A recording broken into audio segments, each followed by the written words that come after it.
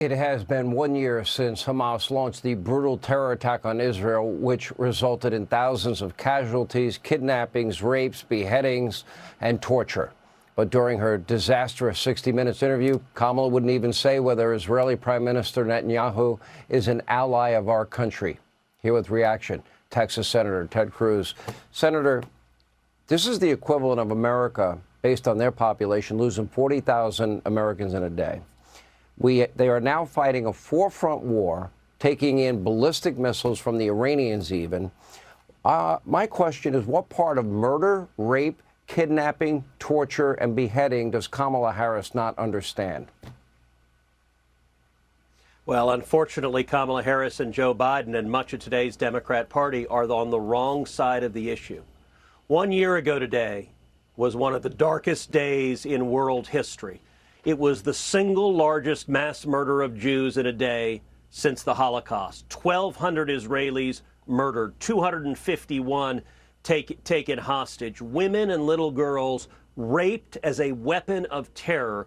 It was also one of the worst American terrorist attacks ever, with Americans murdered, Americans tortured, Americans taken hostage. And yet, in the wake, in the year that followed, October 7th has provided clarity.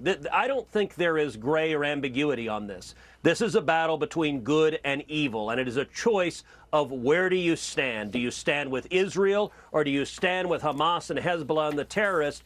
And I'm sorry to say, Sean, that Kamala Harris and Joe Biden have been the #1 funders in the world of Hamas and Hezbollah. They have flowed over $100 billion to Iran, and Iran provides 90% of the funding for Hamas and Hezbollah. So in a very real sense, Kamala Harris helped pay for the death squads on October 7th, and sadly this White House has undermined Israel every day since then.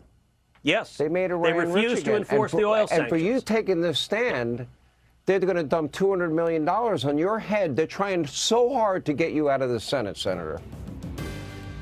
They are coming after me with everything they have. Bernie Sanders and AOC were in Texas this week.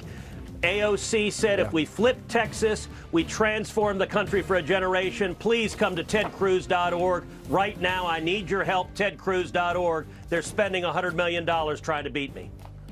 Oh, it's going to be more than 100 when it's all done. Senator, we need you back. I hope the people in Texas, early voting started today.